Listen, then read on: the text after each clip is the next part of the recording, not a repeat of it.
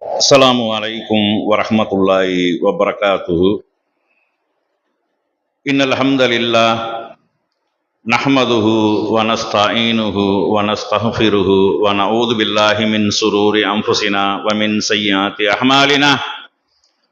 My யஹ்திஹில்லாஹு ஃபலா முதில்ல லஹு வ my யுத்லில்ஹு ஃபலா ஹாதிய லஹு.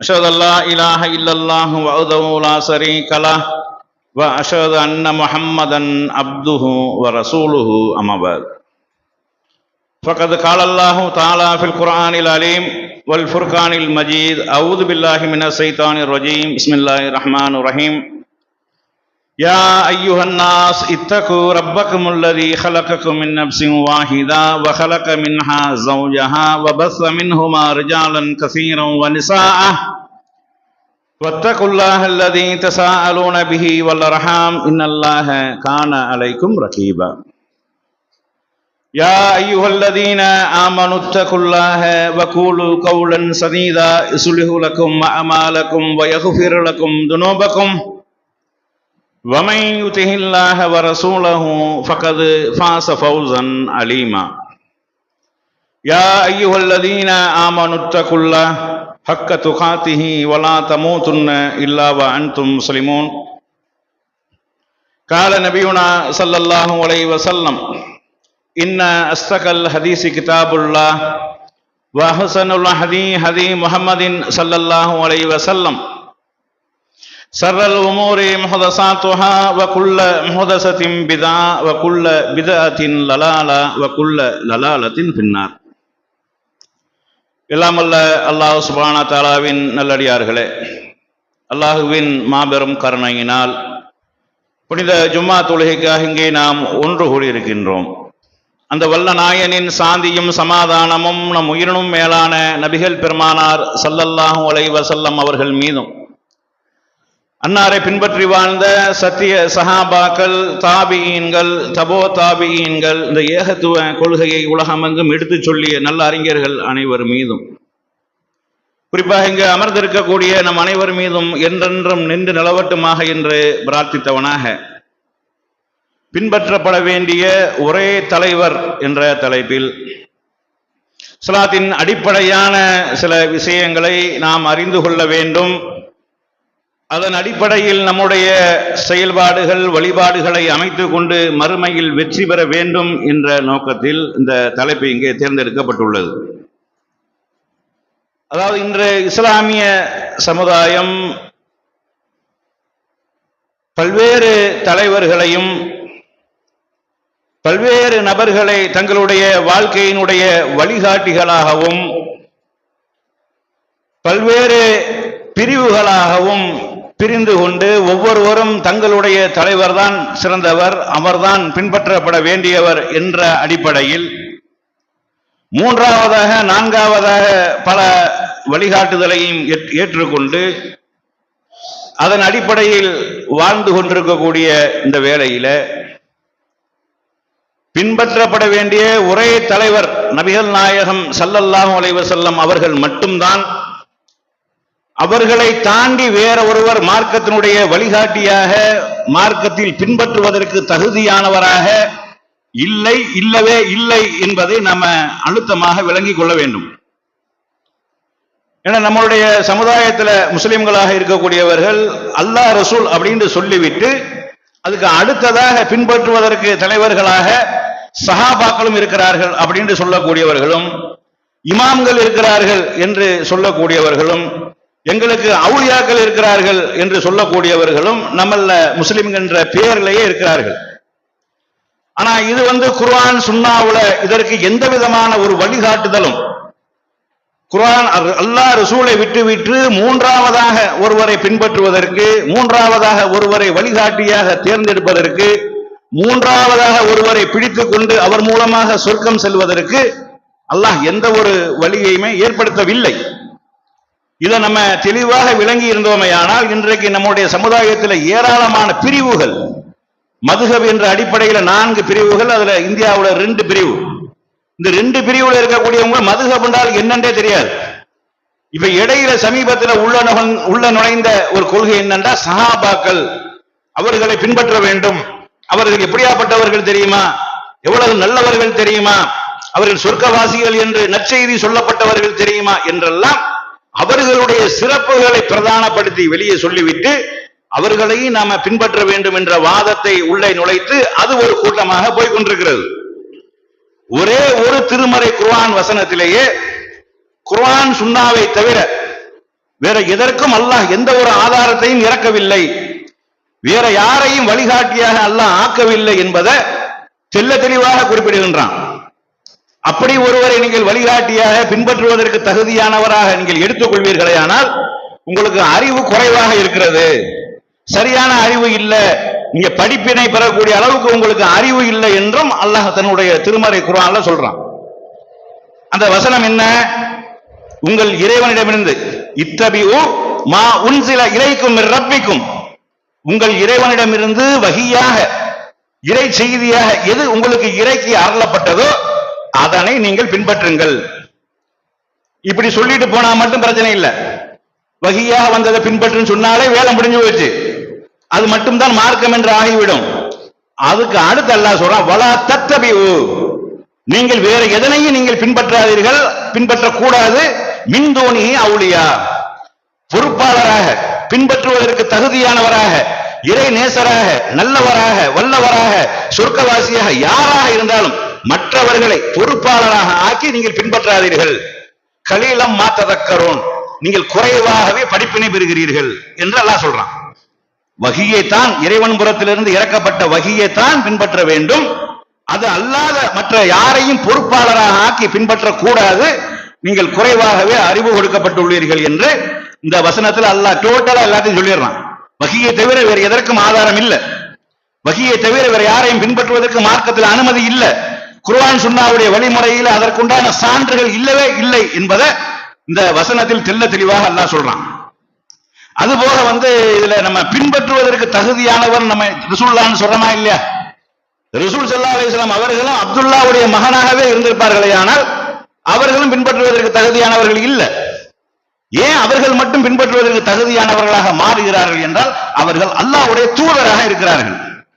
அல்லாஹ்வுடைய தூதராக இருப்பார்களே ஆனால் அவர்களுக்குத்தான் இறைவன் புறத்திலிருந்து வஹி வரும், இறைவன் புறத்திலிருந்து செய்திகள் இறக்கப்படும், இறைவன் புறத்திலிருந்து அவர்களுக்கு வழிகாட்டப்படும், இறைவனுடைய கண்ட்ரோல் அவர் வழிநடத்தப்படுவார். அப்ப இறைவனின் கண்ட்ரோலில் தூதர் வழிநடத்தப்பட்டால் அவரிடமிருந்து வெளிப்படக்கூடிய அனைத்து விஷயமும் இறைவன் புறத்திலிருந்து வந்தது. மார்க்கமாக நபியாக சில மனிதராக சில விஷயங்கள் செஞ்சிருக்கிறாங்க, அது நம்மளே ஃபாலோ பண்றது இல்ல, ரசூலுல்லாஹ்வை ஃபாலோ பண்ண சொல்லல. மார்க்கமாக வஹியாக இறை செய்தியாக நபித்துவம் தூதுத்துவத்தினுடைய வழியாக நமக்கு இதையெல்லாம் தந்துவிட்டு சென்றிருக்கிறார்களோ அது அனைத்தையும் நாம பின்பற்ற வேண்டும் என்றால் அது இறைவன் புறத்திலிருந்து வந்தது. இந்த இஸ்லாமிய மார்க்கம் நமக்கு சொந்தமான ஒரு மார்க்கம் இல்லை, நம்ம உண்டாக்கிய ஒரு மார்க்கம் இல்லை. மற்ற மதங்கள் எல்லாம் அவரவர்களா உண்டாக்கியது மாதிரி இந்த இஸ்லாமிய மார்க்கத்தை எந்த ஒரு மனிதனும் உண்டாக்கியது கிடையாது, எந்த ஒரு அறிஞனும் உண்டாக்கியது கிடையாது. இது அல்லாஹ்வுடைய மார்க்கம். இந்த ஒப்புக்கொள்ளப்பட்ட இந்த இஸ்லாமிய மார்க்கம் அல்லாஹ்வுக்கு சொந்தமானது, தூய்மையான இந்த மார்க்கம் அல்லாஹ்வுக்கு சொந்தமானது. அப்ப அவன்தான் இந்த மார்க்கத்தின் அடிப்படையில் வழி நடத்தப்பட வேண்டும் என்பதற்காக, மார்க்கத்தின் அடிப்படையில் இந்த மக்கள் வழி நடக்க வேண்டும் என்பதற்காக அவனிடமிருந்துதான் செய்திகள் வரும். நேர்வழி என்னவென்று நம்முடைய அறிவின் மூலமாக கண்டுபிடிக்க முடியாது, அறிவு சரியான வழியை காட்டாது. எவ்வளவுதான் சிறந்த அறிஞனாக இருந்தாலும் தடுமாறி விடுவான், பல நேரங்களில் தவறு ஏற்றி விடுவான். இன்னைக்கு உலகத்தில் எத்தனையோ சித்தாந்தங்கள் இருக்கிறது, அத்தனை சித்தாந்தங்களையும் உண்டாக்கியவன் யார்? எல்லாமே அறிவாளி தான். மடையன் உண்டாக்குனதில்லை, சித்தாந்தங்கள் கோட்பாடுகள் கொள்கைகள் எல்லாம் மனிதன் உண்டாக்கியது, மூடன் உண்டாக்கியதில்லை, அறிவாளி உண்டாக்கியதுதான். ஆனாலும் பல கொள்கை கோட்பாடுகளும் ஒன்றுக்கொன்று முரண்பாடான பல செய்திகள் உண்டாகுவதற்கு காரணம் என்னவென்றால் மனிதன் என்றாலே முரண்படக்கூடியவன், மனிதன் என்றாலே பலவீனமானவன், மனிதன் என்றாலும் ஆசபாசங்களுக்கு கட்டுப்படக்கூடியவன், தன்னுடைய இச்சையின் அடிப்படையில தனக்கு வசதியானதை சொல்லக்கூடியவன், பல நேரங்களில் சரியாக சொன்னாலும் சில நேரங்களில் தவறி விடுவான். இதை நீங்க அல்லாஹ் தன்னுடைய திருமறை குர்ஆன்ல ஆதம் அலைஹிஸ்ஸலாம் அவர்களை தொட்டுமே ஒரு செய்தியை சொல்றான். ஆதம் அலைஹிஸ்ஸலாம் அவர்கள் யாரு? முதல் மனிதர், மனித குலத்தினுடைய முதல் தந்தை. அவர்களுக்கு அல்லாஹ் வழங்கிய சிறப்பு என்னன்னா அனைத்து விஷயங்களையும் அல்லாஹ் கற்றுக் கொடுத்தான். எல்லாவற்றின் பேரை கற்றுக் கொடுத்தாங்க, மாம்பழம் ஆப்பிள் பழம் பேரு கற்றுக் கொடுக்கிறது இல்ல, எல்லா விஷயத்தையும் அல்லாஹ் கற்றுக் கொடுக்கிறான். கற்றுக் கொடுத்து வானவர்களுக்கு போட்டி நடக்கிறது. அதான் ஆதம் அலைஹிஸ்ஸலாம் அவர்கள் வென்று விடுகிறார்கள். எல்லாத்தையும் சரியா சொல்றாங்க, வானவர்களுக்கு தெரியல. அவர்களுக்கு ஏன் தெரியல? அல்லாஹ் சொல்லிக் கொடுக்கல. அப்ப அல்லாஹ்விடமிருந்து அவர்களுக்கு அது பற்றி உண்டான செய்தி இல்லாத காரணத்தினாலதான் வானவர்களுக்கு தெரியல. வானவர்கள் நல்லவர்கள் தானே, தூய்மையானவர்கள் தானே, எந்த நேரம் இறைவனை வணங்கக்கூடியவர்கள் தானே. இறைவன் எது சம்பந்தமாக சொல்லிக் கொடுக்கப்படவில்லையோ அது சம்பந்தமாக அவர்களுக்கு தெரியாது. அழகா சொல்லி சுபஹானக லா இல்ம லனா இல்லா மா அல்லம்தனா, நீ எங்களுக்கு எதை கற்றுத் தந்தாயோ அதை தவிர எங்களுக்கு வேற எதுவும் தெரியாது. அப்ப ஆதம் அலைஹிஸ்ஸலாம் அவர்கள் எல்லாத்தையும் கற்றுக் கொடுத்தாங்கல்ல, அவர்கள் ஜெயிச்சாங்கல்ல. அவர்கள் செய்த ஒரு தவறின் காரணமாக, மறதியாக செய்த ஒரு தவறின் காரணமாக, அல்லாஹ்வுடைய கட்டளையை மீறியதின் காரணமாக இங்க இருந்து நீங்கள் இறங்கி விடுங்கள் என்று அல்லாஹ் சொல்றான். ஆதம் அலைஹிஸ்ஸலாம் அவர்களையும் ஹவ்வா அலைஹிஸ்ஸலாம் அவர்களையும் அல்லாஹ் கீழே இறக்குறான். இறக்கக்கூடிய நேரத்தில் ஒரு வசனத்தை அல்லாஹ் சொல்றான், அவர்களுக்கு சொன்னதாக நமக்கு சொல்லப்படுது, குர்ஆன்ல சொல்லப்பட்டிருக்கிறது. ஃபஇம்மா யாத்தியன்னகும் மின்னி ஹுதன் ஃபமன் தபிய ஹுதாய ஃபலா ஹவுஃபுன் அலைஹிம் வலா ஹும் யஹ்ஸனூன். ஆதமே, இங்க இருந்து நீங்க கீழே இறங்கிருங்க, உங்களுக்கு என்னிடமிருந்து உங்களுக்கு நேர்வழி வரும். அந்த நேர்வழியை நீங்கள் பற்றி பிடித்துக் கொண்டால் உங்களுக்கு எந்த கவலையும் கிடையாது, பயமும் கிடையாது. நீங்களா உங்க ரூட்டுக்கு போனீங்களாக்க ரூட் மாறிடும். என்னிடமிருந்து வழிகாட்டுதல் வரும், என்னிடமிருந்து இறை செய்தி வரும், என்னிடமிருந்து உங்களுக்கு வழிகாட்டுதல் வரும், அதை நீங்கள் பின்பற்ற வேண்டும். அப்ப தூதருக்கே உள்ள கட்டளை என்ன? இப்ப ஆதம் அலைஹிஸ்ஸலாம் அவர்களை பொறுத்தளவுக்கு அவர்கள் தானே முதல் மனிதர். அவருக்கு இது உலகத்துல ஹலால் ஹராம் ஏதாவது இருந்துச்சா? உலகம் அடுத்தவன் சொத்தை அபகரிக்கிறது அந்த மாதிரியான ஒரு கெட்ட விஷயம் ஏதாவது இருந்துச்சா? அவர் தான் முதல் ஆள். இந்த பூமி முழுவதும் அவர் பேர்ல தான் பட்டா போட்டு அல்லாஹ் கொடுத்தான். அவருக்கு அடுத்தவன் சொத்தை ஆட்டைய போறது இல்லை, எங்கேயுமே திருட வேண்டியது இல்லை, எல்லாம் அவருக்கு சொந்தம். ஆனாலும் இறைவனை அடைவதற்கு, இறைவனை நெருங்குவதற்கு அவனிடமிருந்து வரக்கூடிய வழிகாட்டுதலின் அடிப்படையில் நீங்கள் செயல்பட்டால் தான் உங்களுக்கு மறுமையில் எந்த ஒரு கவலையும் இல்லை, பயமும் இல்லை. நீங்க உங்க இஷ்டத்திற்கு உங்க ரூட்டுக்கு நீங்க போனீர்களே ஆனால் சரிப்பட்டு வராதுங்கிற அளவுல அல்லாஹ் சொல்றான். ஃபஇம்மா யாத்தியன்னகும் மின்னி ஹுதன் ஃபமன் தபிய ஹுதாய ஃபலா ஹவுஃபுன் அலைஹிம் வலா ஹும் யஹ்ஸனூன். ஆதமே, என்னிடமிருந்து உங்களுக்கு நேர்வழி வரும், அந்த நேர்வழியை நீங்கள் பற்றி பிடித்துக் கொள்ளுங்கள். பற்றி பிடித்துக் கொண்டால் அது பின்பற்றினால் உங்களுக்கு எந்த கவலையும் இல்லை, பயமும் இல்லை என்று சொல்லி ஆதம் அலைஹிஸ்ஸலாம் அவர்கள் தொட்டு எல்லா நபிமார்களுக்கும் இறைவன் புறத்திலிருந்து தூது செய்திகள், வகை செய்திகள் அறிவிக்கப்பட்டு அந்த அத்தனை நபிமார்களும் மக்களை வழி நடத்தினார்கள், வகையின் அடிப்படையில் வழி நடத்தினார்கள். இறுதியாக நபி ஸல்லல்லாஹு அலைஹி வஸல்லம் அவர்களுக்கு அல்லாஹ் குர்ஆன்ல சொல்லும் பொழுது என்ன சொல்றான்? வமா யன்திகு அனில் ஹவா இன் ஹுவ இல்லா வஹீ யூஹா. இந்த முஹம்மது அவர்கள் தன்னுடைய மனவிச்சையின் அடிப்படையில மார்க்கமாக எதையும் பேச மாட்டார்கள். அப்ப என்ன செய்வாங்க? இன் ஹுவ இல்லா வஹீ யூஹா, தன் இறைவன் புறத்திலிருந்து வகை செய்தியாக, தூது செய்தியாக எது அவர்களுக்கு அறிவிக்கப்படுகிறதோ அதைத்தான் இந்த மக்களுக்கு அவர்கள் சொல்கிறார்கள். அப்ப மார்க்கமாக நபிகள் நாயகம் ஸல்லல்லாஹு அலைஹி வஸல்லம் அவர்கள் சொன்னது எல்லாமே இறைவன் புறத்திலிருந்து வந்த செய்தி. இதுல ரசூல் ஸல்லல்லாஹு அலைஹி வஸல்லம் அவர்கள் சம்பந்தமாக அல்லாஹ் குர்ஆன்ல சொல்லக்கூடிய சில விஷயங்களை சேர்த்து நம்ம பார்த்துட்டு உள்ள போனோம்னா இன்னும் வசதியா இருக்கும். இந்த ரசூல் ஸல்லல்லாஹு அலைஹி வஸல்லம் அவர்களை பொறுத்தளவுக்கு எல்லா நபிமார்களும் அப்படித்தான், குறை சொல்ற எல்லா நபிமார்களுமே அவங்களுடைய பணியை கரெக்டா செஞ்சாங்க. ஆனா ரசூல் ஸல்லல்லாஹு அலைஹி வஸல்லம் அவர்களை கண்டித்து அருளப்படக்கூடிய வசனம் கூட மக்கள் மத்தியில தெளிவுபடுத்தினார்கள். அவர்கள் மனிதன் என்ற அடிப்படையில் என்ன செய்யும், ஒரு ஆசையின் அடிப்படையில, ஒரு தேவையின் அடிப்படையில, அவர்கள் சரிதான் என்ற அடிப்படையில வகி வர முன்னாடி ஒரு காரியத்தை செஞ்சிருவாங்க, அல்லது ஒரு பாதிக்கப்பட்டு ஒரு கோபத்தினுடைய வெளிப்பாடாக சில விஷயங்களை சொல்லிடுவாங்க. ஆனா அது அல்லாஹ்வுக்கு பிடித்தமான வார்த்தையாக இருக்காது, அது அல்லாஹ் அங்கீகரிக்கக்கூடிய விஷயமாக இருக்காது. உடனே அல்லாஹ் கண்டிச்சிருவான். கண்டிக்கிறது ரசூலுல்லாஹ்வுக்கு தான் வகி வரும். ரசூலுல்லாஹ் வெளியே சொல்லவில்லை என்றால் யாருக்கும் தெரியாது, வகி வர்றது யாருக்கும் தெரியாது. ரசூலுல்லாஹ் வகி வரக்கூடிய நேரத்தில் அவங்க உடம்பெல்லாம் வேர்த்து அப்படி என்ன செய்யும், கொட்ட ஆரம்பிச்சிடும். கடுமையான குளிராக இருந்தாலும் வேர்க்க ஆரம்பிச்சிடும். அதை வச்சு ரசூலுல்லாஹ்க்கு வகி வருதுன்னு உணர முடியுமே ஒழிய வகியில என்ன வந்ததுன்னு ரசூலுல்லாஹ் சொன்னாதான் தெரியும், இல்லைன்னா தெரியாது. ஆனா அந்த ரசூல் ஸல்லல்லாஹு அலைஹி வஸல்லம் அவர்கள் அவர்களை கண்டித்து அருளப்படக்கூடிய செய்தியும் சொன்னார்கள். மக்களுக்கு மறைக்கல, மக்களுக்கு ஒழிக்கல, சொல்லாமல் விட்டுவிடவில்லை. ஏன் சொல்ல வேண்டும் என்பது அல்லாஹ்வுடைய ஆர்டர், கட்டளை. நீங்க நாம சொல்லாத சில செய்திகளை சொல்லக்கூடாது, நாம சொன்னதை இந்த மக்கள் மத்தியில சொல்லியே ஆக வேண்டும் என்பது அல்லாஹ்வுடைய உத்தரவு. நபியே, நாம உங்களுக்கு வகை செய்தியாக அனுப்பியவற்றை சில செய்திகளை நீங்க சொல்லாமல் இருந்தால் நீங்க தூது செய்தியை முழுமைப்படுத்தியவராக ஆக மாட்டீர், நபித்துவத்தை கம்ப்ளீட் பண்ணவராக ஆக மாட்டீர் என்று சொல்லி அல்லாஹ் தன்னுடைய திருமறை குர்ஆன்ல சொல்றான். அப்ப அவர்களை கண்டித்து அருளப்பட்ட வசனங்கள் என்ன? ஒரு மனைவியினுடைய ஒரு திருப்திக்காக, மனைவியினுடைய ஒரு சந்தோஷத்திற்காக, மனைவியினுடைய ஒரு நேசத்திற்காக. இன்னைக்கு நம்ம மனைவியினுடைய நேசத்திற்காக பொய் கூட சொல்லாம நமக்கு மார்க்கம் சொல்லுது. சந்தோஷமா பொய் சொல்லாட்டா வண்டியே ஓடாது. மனைவிமார்கள்ட்ட பொய் சொல்லாட்டா என்ன செய்யாது, வண்டியே ஓடாது. கணவனுக்கு மனைவி பொய் சொல்லிக் கொள்ளலாம், மனைவி கணவனுக்கு பொய் சொல்ல, இணக்கத்தை ஏற்படுத்துவதற்காக, ஒரு சந்தோஷம் நிலைத்திருப்பதற்காக. உன்னைக்காட்டிக்கு ஒரு அழகி யாராவது இருக்கிறாளா, சும்மா சொல்லிக்கிறலாம், இல்லாட்டா கூட என்ன செஞ்சுக்கலாம், சொல்லிக்கிறலாம். அதே மாதிரி கணவனை பார்த்தா சொல்லலாம், நீங்க தாங்க ஆண் அழகன் அப்படின்னு இல்லாட்டா கூட சொல்லிக்கிறலாம். இது மார்க்கத்துல தடை இல்லை. ஆனா மனைவியினுடைய திருப்தியை நாடி நபி ஸல்லல்லாஹு அலைஹி வஸல்லம் அவர்கள் ஒரு செயலை செய்து விடுகிறார்கள். அல்லாஹ் தேனை ஹலால் ஆக்கி இருக்கிறான், அதை ரசூலுல்லாஹ் ஹராம்னு சொல்லிடுறாங்க மனைவியினுடைய திருப்திக்காக. அதை அல்லாஹ் உடனே கண்டிக்கிறான். யா அய்யுஹன் நபியு லிம துஹர்ரிமு மா ஹல்லல்லாஹு லக, அல்லாஹ் உங்களுக்கு ஹலால் ஆக்கியதை நீங்கள் எப்படி ஹராமாக்க முடியும், உங்க மனைவியினுடைய திருப்தியை நாடி என்று அல்லாஹ் கண்டிக்கிறான். அப்ப இதிலிருந்து விளங்கக்கூடிய விஷயம் என்னவென்றால், மார்க்கமாக என்ன விஷயங்கள் எல்லாம் வந்ததோ, இறைவன் புறத்திலிருந்து தூது செய்தியாக எதெல்லாம் நபி ஸல்லல்லாஹு அலைஹி வஸல்லம் அவர்களுக்கு கொடுக்கப்பட்டதோ அத்தனை விஷயத்தையும் சொல்லிவிட்டார்கள்.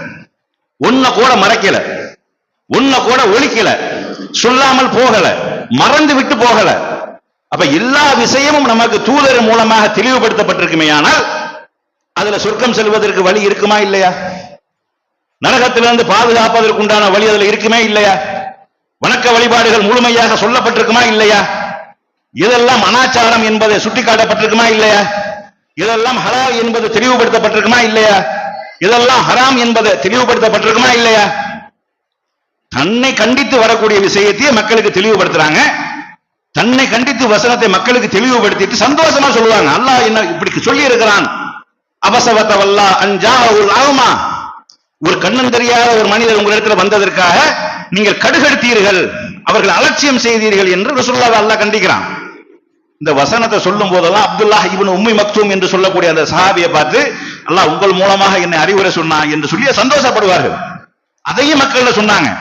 அவருக்கு கண்ணும் தெரியாது, ரசூலுல்லாஹ் கடுகெடுத்த விஷயம், அவரை அலட்சியம் செய்த விஷயம் அந்த மனிதருக்கு தெரியாது, அவருக்கு பார்வையற்றவர். ஆனா அல்லாஹ் கண்டிச்சதை சொல்லுவாங்க. அப்ப அவருக்காகவே அந்த வசனம் அருளப்பட்டது. அது மாதிரி உஹது போர்க்களத்துல பற்கள் எல்லாம் உடைந்து ரசூலுல்லாஹ் மூர்ச்சையாகி விழுகிறார்கள். அந்த மூர்ச்சையாகிற நேரத்தில் சொல்றாங்க, ஒரு நபியினுடைய மூஞ்சியில இரத்த சாயத்தை பூசிவிட்டீர்களே, நீங்கள் எப்படி வெற்றி பெறுவீர்கள் என்று கேட்கிறாங்க. இது அல்லாஹ் உடனே கண்டிக்கிறான். இப்படி சொல்லக்கூடிய அதிகாரம் உங்களுக்கு கிடையாது. லைஸ லக மினல் அம்ரி ஷைஉன், நபியே அதிகாரத்துல உங்களுக்கு எந்த பங்கும் கிடையாது என்று சொல்லி அல்லாஹ் கண்டிக்கிறான் என்ற விஷயத்தை நம்ம பார்க்கிறோம். அப்ப ரசூலுல்லாஹ் தன்னை பற்றி தன்னை கண்டித்த விஷயங்களை மக்களுக்கு போதித்த ஒரு தூதராக நபிகள் நாயகம் அவர்கள் இருக்கிறார்கள் என்றால், அப்ப மார்க்கமாக சொன்ன அனைத்து விஷயங்களையும் சொல்லியிருப்பாங்களா இல்லையா. சொன்னதுனால தானங்க அல்லாஹ் குர்ஆனை முழுமைப்படுத்தணும், மார்க்கத்தை முழுமைப்படுத்தணும்ங்கிறான். சொல்லாட்டா முழுமைப்படுத்தணும்னு சொல்லுவானா. அல் யௌம அக்மல்து லக்கும் தீனக்கும், இந்த மார்க்கத்தை நாம முழுமைப்படுத்தி விட்டோம்னு அல்லாஹ் சொல்றான். எதன் அடிப்படையில் சொல்றான்? வணக்க வழிபாடுகள், ஹலால் ஹராம்கள் அனைத்து விஷயங்களும் சொல்லப்பட்டு விட்டது. இனிமே வெளியில இருந்து வந்து யாரும் சொல்ல வேண்டிய இந்த அவசியமும் கிடையாது, இந்த தேவையும் கிடையாது. வெளியில வந்து ஒருவர் சொல்லித்தான் இந்த மார்க்கம் வந்து உயிர்ப்பிக்கப்படும் என்றால், இந்த மார்க்கத்துடைய கொள்கைகள் போதிக்கப்படும் என்றால், அப்படி ஒரு வழிகாட்டுதல் அல்லாஹ் விடவே இல்லை. அதனாலதான் அல்லாஹ் முழுமையாக்கி விட்டோம்னு சொல்றான். தீனை முழுமையாக்கி விட்டேன். அல் யௌம அக்மல்து லக்கும் தீனக்கும், உங்களுடைய தீனை மார்க்கத்தை முழுமையாக்கி விட்டேன். அப்ப மார்க்கம் முழுமையாகி விட்டால் அதுல எல்லா விஷயங்களும் சொல்லப்பட்டிருக்கிறது. வணக்க வழிபாடுகள் சம்பந்தமாக, இபாதத்துகள் சம்பந்தமாக, திக்ர் தஸ்பீஹ்கள் சம்பந்தமாக, இறைவனை நெருங்குவதற்கு உண்டான வழிகள் சம்பந்தமாக, இறைவன் விரும்புவது சம்பந்தமாக, இறைவன் எதை வெறுக்கிறான் என்பது சம்பந்தமாக, இது சொர்க்கத்தில் கொண்டு போய் சேர்க்கும் என்பது சம்பந்தமாக எந்த ஒரு விஷயமும் மறைக்கப்படாமல் தெள்ள தெளிவாக சொல்லப்பட்டிருக்கிறது. இது நபி ஸல்லல்லாஹு அலைஹி வஸல்லம் அவர்கள் கடைசி ஹஜ்ஜில ஓட உறுதிப்படுத்துறாங்க. அந்த மக்களை எல்லாம் கூட்டி வைத்திருக்கக்கூடிய என் இறைவன் புறத்திலிருந்து அருளப்பட்ட அனைத்து செய்திகளையும் நான் உங்களுக்கு சொல்லிவிட்டேனா? ஆமா யா ரசூலுல்லாஹ் என்று அனைவரும் சொல்றாங்க. இப்ப ரசூலுல்லாஹ்வோட இந்த மார்க்கம் முழுமையாக்கப்பட்டு விட்டது. வஹீயினுடைய தொடர்பு அறந்து விட்டது. அப்ப வஹீ என்பது நபி ஸல்லல்லாஹு அலைஹி வஸல்லம் அவர்களை தாண்டி அபூபக்கர் சித்திக் ரலியல்லாஹு அன்ஹு அவர்களுக்கு வராது, உமர் ரலியல்லாஹு அன்ஹு அவர்களுக்கு வராது, உஸ்மான் ரலியல்லாஹு அன்ஹு அவர்களுக்கு வராது, அலி ரலியல்லாஹு அன்ஹு அவர்களுக்கு வராது, வேற எந்த சஹாபாக்களுக்கும் வராது. வஹீ வரவில்லை என்றால் அவர் நேர்வழி காட்ட முடியுமா? நேர்வழி காட்டுவதற்கு எந்த தேவையும் இல்லையே. தூதரோட மார்க்கம் முழுமையாயிருச்சு. மார்க்கம் முழுமையானதுக்கு அப்புறம் இனி புதுசாக ஒரு வழியை காட்ட வேண்டும் என்றால் புது வழியை தான் காட்டணும். புது வழியை காட்டினாரையானா அது இஸ்லாத்துல உள்ளது இல்லை. அவர் புது வழியை, புது மார்க்கத்தை தான் உண்டாக்க முடியுமே ஒழிய, புது வழியை தான் காட்ட முடியுமே ஒழிய, இஸ்லாத்தை காட்ட முடியாது. ஏன்னா இஸ்லாத்துல உள்ளது எல்லாமே இருக்கிறது, எல்லாம் முழுமையாக இருக்கிறது. இப்ப நீங்க பாருங்க, நீங்க இப்ப நபி ஸல்லல்லாஹு அலைஹி வஸல்லம் அவர்கள் அந்த மார்க்க விஷயங்கள் அனைத்தையும் சொல்லிட்டாங்களா இல்லையா? சொன்னதுக்கு அப்புறம் அல்லாஹ் குர்ஆன்ல ஒரு வசனத்துல சொல்றாங்கல்ல, வல்லதீன இதா துக்கிரு ஆயாத்தி ரப்பிஹிம் லம் யஹிர்ரு அலைஹா வ சும்மம் வ உம்யானா. அல்லாஹ்வுடைய வேத வசனங்கள் கொண்டு உங்களுக்கு அறிவுரை சொல்லப்பட்டாலும் அதுல குருட்டுத்தனமாக செவிட்டுத்தனமாக விழுந்து விடாதீர்கள். இது ரொம்ப ஒரு முக்கியமான ஒரு வசனம். இதை நன்கு நினைவில் வைத்துக் கொண்டு ஒவ்வொருத்தரும் இதன் அடிப்படையில் செயல்படக்கூடிய விஷயம்.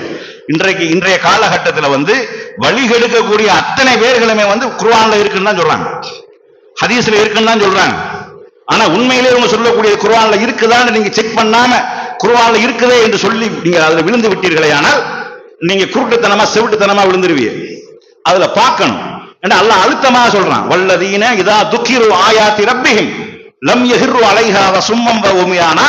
அல்லாஹ்வுடைய வேத வசனங்கள் கொண்டு உங்களுக்கு அறிவுரை சொல்லப்பட்டாலும் அதுல குருட்டுத்தனமா செவிட்டுத்தனமா விழுந்துறாரு. இருக்குதான்னு பார். குர்ஆன்ல இருக்கிறது என்பது உறுதியாகி விட்டால், ஹதீஸ்ல இருக்கிறது என்பது உறுதியாகி விட்டால் எந்த விதமான மாற்று கருத்தும் கொள்ளக்கூடாது. கண்ணை மூடிக்கிட்டு விழுந்துட வேண்டியதான். இருக்கிறது உண்மையாக இருந்தால், குர்ஆன்ல சொல்லப்பட்டது அவங்க சொல்றார்களா, குர்ஆன்ல இருக்குது என்றால் கட்டுப்பட்டு விட வேண்டும். ஹதீஸ்ல இருக்குதுன்னு சொல்வது ஹதீஸ்ல உண்மையிலே இருக்குமேயானால் கட்டுப்பட்டு விட வேண்டும். சமயனா வ அத்தானா, செவியேற்றும் கட்டுப்பட்டோம். இதுதான் ஒரு மூமினுடைய பண்பாக இருக்கணும். அது உண்மையிலே இருக்குது என்று தெரிந்ததுக்கு அப்புறம் இல்ல இல்ல அப்படிலாம் கிடையாதுங்க, இது சும்மா சொல்லப்பட்டது, ஆனால் இன்னும் இருக்குது, சஹாபாக்களை பின்பற்றுவது குர்ஆன்ல வேற வசனங்கள்ல இருக்குது, வேற ஹதீஸ்ல இருக்குது இப்படின்னு வருவார்களே. ஆனால் இவங்க எங்க ரூட் மாத்துறாங்க, ட்ராக் மாத்துறாங்க. இல்ல, ஏன்னா குருட்டுத்தனமா அவங்க காட்ட முடியாது. சஹாபியை பின்பற்றுங்கள் என்று எந்த ஒரு வசனமுமே இல்லை. இன்னும் சொல்ல போனா குர்ஆன்ல ஒரு வசனம் இருக்குது, யா அய்யுஹல்லதீன ஆமனு, நம்பிக்கை கொண்டவர்களே, அத்தீஉல்லாஹ வ அத்தீஉர் ரசூல் வ உலில் அம்ரி மின்கும். நம்பிக்கை கொண்டவர்களே, அல்லாஹ்வுக்கு கட்டுப்படுங்கள், அவனுடைய தூதருக்கும் கட்டுப்படுங்கள், உங்களில் அதிகாரம் உடையவர்களுக்கும் கட்டுப்படுங்கள். இந்த அதிகாரம் உடையவர்கள் என்று இந்த உலகத்தில் யாரு அதிகாரம் உடையவர்கள்? ஆட்சியாளர்கள். ஆட்சியாளர்கள் மார்க்கத்திற்கு முரண் இல்லாத வகையில் உலக விஷயங்களில் உங்களுக்கு உத்தரவு போட்டால், உங்களுக்கு ஒரு சட்டம் சொன்னால் கட்டுப்பட வேண்டும். மார்க்கத்திற்கு முரணாக சொன்னால் கட்டுப்படக்கூடாது. அந்த வசனத்துடைய தொடர்ச்சியே வருது. அவர்களுக்கு நீங்க கருத்து முரண்பாடு ஏற்படுமையானால் அதை அல்லாஹ்விடமும் அவனுடைய தூதரிடமும் நீங்கள் கொண்டு செல்லுங்கள், அதுதான் மிகச் சிறந்த அழகான ஒரு முடிவாக இருக்கும் என்று சொல்லி அல்லாஹ் சொல்றான். அத்தீஉல்லாஹ வ அத்தீஉர் ரசூல் உலில் அம்ரி மின்கும் என்று சொல்ற இடத்துல என்ன சொல்லி இருக்கலாம்? உலில் அம்ரி என்று சொல்லாமல் அத்தீஉல்லாஹ வ அத்தீஉர் ரசூல் வ அத்தீஉஸ் ஸஹாபி வ அத்தீஉஸ் ஸஹாபா சொல்லிருப்பானா இல்லையா? சஹாபாக்களை பின்பற்றணும் அப்படிங்கிறது மார்க்கத்தில் இருக்குமே. ஆனா இந்த இடத்தை தவிர வேற இடம் இல்லை. அழகா அல்லாஹ் சொல்லி அதிகாரம் உடையவர்களை தள்ளி விட்டுட்டு சஹாபாக்கள் எல்லாம் சேர்த்து விட்டுதானே வைங்க, பிரச்சனை இல்லாம போயிடும். அப்படி இல்லை. அது போல சில இடங்கள்ல சஹாபாக்கள் சம்பந்தமாக வரக்கூடிய சிறப்புகள், சஹாபாக்களை பொறுத்தளவுக்கு நபியோடு வாழ்ந்தவர்கள், அவர்கள் அனைவரும் நல்லவர்கள். சஹாபாக்கள் என்று யாரெல்லாம் நமக்கு தெரிகிறதோ, அந்த பேரெல்லாம் சஹாபி என்று சொல்லப்படுகிறதோ அத்தனை பேரும் நல்லவர்கள். அவர்கள் நபியின் பேரால் எந்த ஒன்றையும் பொய்யாக சொல்ல மாட்டார்கள். நபியினுடைய தோழராக இருந்தவர்கள். அவர்களை நம்ம ஏசக்கூடாது. அவர்களை யாரை குறித்து எல்லாம் சொர்க்கவாசிகள் என்று வந்திருக்கிறதோ அவர்கள் எல்லாம் சொர்க்கத்திற்குரியவர்கள். அதுல எல்லாம் நமக்கு எந்த ஒரு மாற்று கருத்தும் கிடையாது. அவர்களுடைய கண்ணியத்தை பேண வேண்டும். இந்த மார்க்கத்திற்காக தியாகம் செய்தவர்கள், ரத்தம் சிந்தியவர்கள், பொருளாதாரத்தை இழந்தவர்கள், உயிரை கொடுத்தவர்கள், அவர்கள் மூலமாகத்தான் அல்லாஹ் அந்த மார்க்கத்தை அடுத்த தலைமுறைக்கு கொண்டு வந்து சேர்த்தான். அப்ப அப்படியாப்பட்ட அந்த சஹாபாக்கள் நல்லவர்கள் என்பதில் மாற்று கருத்து இல்லை. பின்பற்றலாமா என்பதெல்லாம் இருக்குது. பின்பற்றலாமா பின்பற்றக்கூடாது. ஏன் கூடாது? அல்லாஹ் சொல்லிட்டான் கூடாது. வஹியைத்தான் பின்பற்ற வேண்டும். வஹி அல்லாத மற்ற அவுலியாக்களை பொறுப்பாளராக்கி பின்பற்றாதீர்கள் என்று அல்லாஹ் சொல்லிவிட்ட காரணத்தினால் மற்ற எந்த ஒரு நபி தோழரையும் பின்பற்றக்கூடாது. நபி தோழருக்கு வஹி வராது.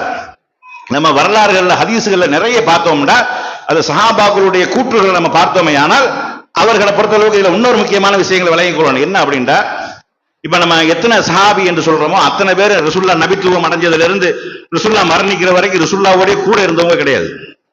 ரசூலுல்லாஹ்வுடைய ஒட்டி உரசி ஒண்ணா இருந்தவங்க கிடையாது. நீங்க நல்லா பார்க்கலாம், அபூ ஹுரைரா ரலியல்லாஹு அன்ஹு கைபர் போருக்கு அப்புறம் தான் இஸ்லாத்துக்கு வர்றாங்க. ஏறக்குறைய ரசூல் ஸல்லல்லாஹு அலைஹி வஸல்லம் அவங்களுடைய 4 வருஷம் தான் இருந்தாங்க. அவர்கள் அறிவித்த ஹதீஸ் கிட்டத்தட்ட 7000 ஹதீஸ் அறிவிக்கப்பட்டிருக்கிறது. அபூபக்கர் சித்திக் ரலியல்லாஹு அவர்கள் ரசூலுல்லாஹ்வோட ஆரம்பத்திலிருந்து மரணிக்கிற வரைக்கும் இருந்தார்கள். அவர்கள் அறிவிச்ச ஹதீஸ் சில 100 ஹதீஸ் கூட இல்ல. உமர் ரலியல்லாஹு ரசூலுல்லாஹ்வோட மக்காவில் இருந்து அந்த ஆரம்ப காலத்திலேயே அவர் இஸ்லாத்துக்கு வந்துட்டார். மரணிக்கிற வரைக்கும் ரசூலுல்லாஹ்வோட இருந்தாங்க.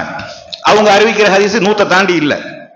ஆயிஷா ரலியல்லாஹு அவர்கள் ரசூலுல்லாஹ்வுடைய மனைவியாக இருக்காங்க. எப்ப அந்த கடைசியா ஹிஜ்ரத் செஞ்சு வராங்களா இல்லையா, அந்த நேரத்துல திருமணம் முடிக்கிறாங்க. ஏறக்குறைய 9 வருஷம் வாழ்ந்திருக்கிறாங்க. அவங்க அறிவிச்ச ஹதீஸ் 4000 ஹதீஸ் தான். அப்ப 4 வருஷம் வாழ்ந்த அபூ ஹுரைரா ரலியல்லாஹு அறிவிச்ச ஹதீஸ் 7000 ஹதீஸ். இன்னும் மற்ற சஹாபாக்கள் கொஞ்சம் கொஞ்சம் தான் ரசூலுல்லாஹ்வுடைய செய்தியை சொல்லி இருக்கிறாங்க. அது போக ரசூலுல்லாஹ்வோட 24 மணி நேரம் யாரும் இருக்கல. அவர்கள் 23 ஆண்டு காலமும் கூட இருக்கல. அதிகமானவர்கள் வருவாங்க, இஸ்லாத்தை ஏற்றுக்கொள்வாங்க, ரசூலுல்லாஹ் சில செய்திகளை கேட்பாங்க, அவங்க வெளியே போயிடுவாங்க. அப்ப அவர்களுக்கு அந்த நேரத்தில் எந்த செய்தி தெரியுமோ அதான் அவர்களுக்கு தெரியும். அதுக்கப்புறம் மாற்றப்பட்ட சட்டங்கள், ஆரம்பத்தில் ஒரு சட்டம் சொல்லப்பட்டு பின்னாடி மாற்றப்பட்டிருக்கும். அந்த சட்டம் நிறைய பேருக்கு தெரியாது.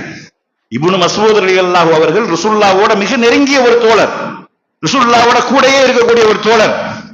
அந்த தோழருக்கு மாற்றப்பட்ட சட்டம் தெரியாமல் ரசூலுல்லாஹ்வுடைய மரணத்திற்கு அப்புறமா நீங்க தொழுகையில ருக்குவுல வந்து கவட்டுக்குள்ள கையை வச்சுக்கிட்டு நிக்கிறதா ரசூலுல்லாஹ் சொன்னது, இப்படித்தான் நாங்க இப்படித்தான் நீ தொழுக வேண்டும், இப்படித்தான் நாங்க ரசூலுல்லாஹ்வோட தொழுதோம்னு சொன்னார். இது எப்படின்றே தெரியல. ரசூலுல்லாஹ்வோட நெருங்கி இருந்தவர்கள் ரசூலுல்லாஹ் இவர்களிடமிருந்து குர்ஆனை கற்றுக்கொள்ளுங்கள் என்றெல்லாம் சொன்னார்கள். யாரு? இந்த இப்னு மஸ்ஊத் ரலியல்லாஹு அன்ஹு அவர்களோட. அப்படியாப்பட்ட நபி தோழருக்கு மாற்றப்பட்ட சட்டங்கள் தெரியல. அதே மாதிரி முத்துஆ திருமணம் சம்பந்தமாக சட்டங்கள் மாற்றப்பட்டு விட்டு, சட்டங்கள் பாழாகி விட்டது. ரசூலுல்லாஹ் கியாமத் நாள் வரைக்கும் தடை விதித்து விட்டார். கைபர் போரின் போது நாட்டு கழுதை இறைச்சியையும் இந்த முத்துஆ என்ற வாடகை திருமணத்தையும் நபி ஸல்லல்லாஹு அலைஹி வஸல்லம் அவர்கள் தடை செய்து விட்டார்கள் என்ற செய்தி. ஆனா உமர் ரலியல்லாஹு ஆட்சி வரைக்கும் இப்னு அப்பாஸ் ரலியல்லாஹு அவர்கள் செய்யலாம்னு சொல்லி கொண்டு வந்தாங்க. அப்ப இப்படி மாற்றப்பட்ட சட்டங்கள் தெரியாமலேயே நிறைய சஹாபாக்கள் பின்னாடி சொல்ல ஆரம்பிச்சாங்க. ஏன் சொன்னாங்க? எல்லாருக்கும் எல்லா செய்தியும் தெரியாது. இப்ப நமக்கு எல்லா செய்தியும் கிடைச்சிருக்கிறது. புகாரியில 7000 சில்லற ஹதீஸ் இருக்குது, முஸ்லிம்ல 5000 சில்லற ஹதீஸ் இருக்குது. எல்லாமே ஒவ்வொரு இமாம்களுமாக மொத்தமாக செய்திகளை தொகுத்து நமக்கு தந்திருக்கிறாங்க. அந்த காலங்களில் கிதாப் வடிவத்தில் இருந்ததை பார்க்கறதுக்கு சிரமம். புகாரியை பார்த்து படிக்கிறதுக்கு, ஒரு ஹதீஸை ரெஃபரன்ஸ் பண்ணி திருப்புறதுக்கு அவ்வளவு சிரமம். அப்படியாப்பட்ட காலத்திலேயே பெரிய பெரிய அறிஞர்கள் எல்லாம் அக்கு வேற ஆணி வேற பிரிச்சிருக்கிறாங்க. ஒவ்வொரு துறைகளையும் உள்ள நுழைஞ்சு அலசி ஆராய்ச்சி பண்ணிருக்கிறாங்க. அப்படி எல்லாம் செஞ்சிருக்கிறாங்க. ஆனா எல்லாராலையும் பார்க்க முடியாது. ஆனா இன்னைக்கு நமக்கு வழங்கப்பட்ட வசதி என்ன? புகாரியில இது சம்பந்தமாக என்னென்ன ஹதீஸ் வருதுன்னு தட்டி விட்டோம்னா ஓடியாந்தோம். முஸ்லீம்ல இது சம்பந்தமா என்னென்ன ஹதீஸ் வருதுன்னு தட்டி விட்டோம்னா ஓடியாந்து தாம்பத்தியம் போட்டு தட்டி விட்டீங்களாக்க தாம்பத்தியம் சம்பந்தமா புகாரில என்ன இருக்குது, முஸ்லீம்ல என்ன இருக்கு, அபுதாவுல என்ன இருக்கு, நசாயில என்ன இருக்கு, இப்னு மாஜாவுல என்ன இருக்கு செய்தி ஓடியாந்தோம். இந்த ஹதீஸை தொகுத்தாங்கள இமாம்கள், அவர்களுக்கு கூட முழு செய்தியும் தெரியாது. புகாரி இமாமுக்கு புகாரில தொகுக்கப்பட்ட ஹதீஸை தவிர வேற ஹதீஸ் தெரியாது. வேற ஹதீஸ் தெரிஞ்சு அதை தொகுத்திருப்பார்ல, தெரியாது. திருமதி இமாமுக்கு திருமதியில தொகுக்கப்பட்ட ஹதீஸை தவிர வேற செய்திகள் அதிகமா தெரியாது. தெரிஞ்சது அவரே அதை உள்ள சேர்த்திருப்பாரு. முஸ்லிம் இமாம் தொகுத்த ஹதீஸ்ல முஸ்லிம் இமாம் அவர்களுக்கு கிடைத்த சேகரித்த ஹதீஸை தொகுத்திருக்கிறாங்க. அதை செய்து அவர்களுக்கு வேற எதுவும் தெரியாது. அப்ப இப்படி ஒவ்வொருத்தரும் தொகுத்த செய்திகள் ஒட்டுமொத்தமா நமக்கு கிடைச்சிருக்கிறது. நபி ஸல்லல்லாஹு அலைஹி வஸல்லம் அவர்கள் என்னதான் சொன்னார்கள், இதுதான் மார்க்கம், இதுதான் இஸ்லாம் என்பது முழுமையாக நமக்கு கிடைச்சிருக்கிறது. ஆனா முன்னாடி உள்ளவர்களுக்கு அந்த மாதிரியான வாய்ப்புகள் இல்லை. அது மாதிரி நபி ஸல்லல்லாஹு அலைஹி வஸல்லம் அவங்க சொன்னாங்க, என்ன சொன்னாங்க? கடைசி ஹஜ்ஜில சொன்னாங்க, இங்க வந்திருப்பவர்கள் வராதவர்களுக்கு இந்த செய்தியை எடுத்து சொல்லிவிடுங்கள். அவர்கள் நீங்க யார்கிட்ட கொண்டு போய் சேர்க்கிறீர்களோ அவர்கள் உங்களை விட நன்றாக விளங்கிக் கொள்வார்கள் என்று சொன்னாங்க. அப்ப அடுத்த ஜெனரேஷன் கடக்க மார்க்கம் பரிசுத்தமாக பெர்ஃபெக்டாக அனைத்து செய்திகளையும் உள்வாங்கி செயல்படுத்தக்கூடியவர்களாக மாறுவார்கள். இப்ப சஹாபாக்களுக்கு எல்லா செய்தியும் தெரியாது. அவர்களுக்கு எது தெரிஞ்சு அதை செஞ்சாங்க. ரசூலுல்லாஹ் கூட ஒரு நாள் இருந்துட்டு போயிருப்பாரு. ரசூலுல்லாஹ் பார்த்து ஈமான் கொண்டிருப்பாரு. அல்லாஹ்வுடைய தூதர் அவங்க தான், அல்லாஹ் ஒருத்தன் இருக்கிறான் நம்பிக்கை கொண்டு போயிருவார். முடிஞ்சு போச்சு. அவர் எப்படி வாழ்ந்து மௌத்தா போனாலும் சொர்க்கம் தான். இல்ல வேற சட்டத்திட்டங்கள் ஒண்ணும் தெரியாது. இன்னும் எத்தனையோ சஹாபாக்கள் இஸ்லாத்தை ஏற்றுக்கொள்வாங்க, போர்க்களத்துக்கு போவாங்க, கொல்லப்பட்டுருவாங்க. எந்த ஒரு வணக்கமும் செஞ்சிருக்க மாட்டாங்க. நேரடியாக ஷஹீத் அந்தஸ்து சொர்க்கத்துக்கு போயிருவாங்க. ஆனா இப்ப நமக்கு என்ன? பின்பற்றுவதற்கு உண்டான வழிகாட்டுதல் குர்ஆன் சுன்னாவுல இருக்குது. அதை தாண்டி எந்த ஒரு அபூபக்கர் சொல்லியிருக்காங்களா, என்னை நீங்கள் பின்பற்றுங்கள் நேர்வழி அடைவீர்கள் என்று அபூபக்கர் ரலியல்லாஹு சொன்ன ஒரு செய்தியை காட்டுங்க. உமர் அலி என்னை பின்பற்றுங்கள் நீங்க நேர்வழி அடைவீர்கள், நீங்க சொர்க்கம் செல்வீர்கள் என்று உமர் ரலியல்லாஹு சொல்லியிருக்காங்களா? எந்த ஒரு சஹாபியாவும் சொல்லியிருக்காங்களா என்னை நீங்கள் பின்பற்ற வேண்டும், என்னை நீங்கள் பின்பற்றுங்கள் என்று யாரும் சொல்லியிருக்காங்களா? ஒருத்த கூட சொல்லல. ஏன் அப்படி சொல்ற அதிகாரம் அவங்களுக்கு கிடையாது. பின்பற்றுதல் என்றாலே வஹீயை தான். வஹீ என்றால் நபியினுடைய தூதர், அதாவது அல்லாஹ்வினுடைய தூதர் அவர்கள் தான் என்பது ஆகிவிடும் பொழுது அது அல்லாத மூன்றாவது நாலாவதாக ஒரு ஆதாரம் இருக்குது அப்படிங்கிறது மார்க்கத்தில் இல்லவே இல்லை. சஹாபாக்கள் சம்பந்தமான சிறப்புகளை தப்பும் தவறுமாக மக்களுக்கு விளக்கி சொல்லி, அதெல்லாம் சொன்னோம்னா நேரமா போயிடும். தப்பும் தவறுமாக மக்களுக்கு விளக்கி சொல்லி அதுல இல்லாத செய்திகள் எல்லாம் சொல்லி இது சஹாபாக்களை தான் பின்பற்ற சொல்லுது. பின்பற்றுவதற்கு ஒரு ஆதாரமும் கிடையாது. ஏன்னா அல்லாஹ் மிக தெளிவாக சொல்றான், இத்தபியூ மா உன்சில இலைக்கும் மிர் ரப்பிக்கும் வலா தத்தபியூ மின் தூனிஹி அவுலியா. உங்கள் இறைவனிடமிருந்து வஹி செய்தியாக எது இறக்கி அருளப்பட்டதோ அதை நீங்கள் பின்பற்றுங்கள். அதனை தவிர்த்து மற்றவர்களை நீங்கள் பொறுப்பாளராக்கி பின்பற்றாதீர்கள். கலீலம் மா ததக்கரோன், நீங்கள் குறைவாகவே படிப்பினை பெறுகிறீர்கள் என்று அல்லாஹ் தெளிவாக சொல்றான். அதனால நபிகள் நாயகம் ஸல்லல்லாஹு அலைஹி வஸல்லம் அவர்கள் மட்டும்தான் பின்பற்றப்பட வேண்டிய ஒரே தலைவர். அவர்களுக்கு மட்டும்தான் வஹி வரும். அவர்கள் மூலமாகத்தான் இந்த மார்க்கம் முழுமையடைக்கப்பட்டது. அவர்களை கொண்டுதான் வஹியினுடைய தொடர்பு அறுக்கப்பட்டது என்பதை நம்ம விளங்கிக் கொள்ள வேண்டும். மூணாவது நாலாவது நீங்க போனீர்களே ஆனால் அது சுருக்கம் செல்லக்கூடிய நேரான வழியாக இருக்காது, அது வழிகேடான வழிதான் என்பது கூறி என்னுடைய முதல் உரையை நிறைவு செய்கின்றேன். வாஹிர் தவானா அனில் ஹம்துலில்லாஹி ரப்பில் ஆலமீன்.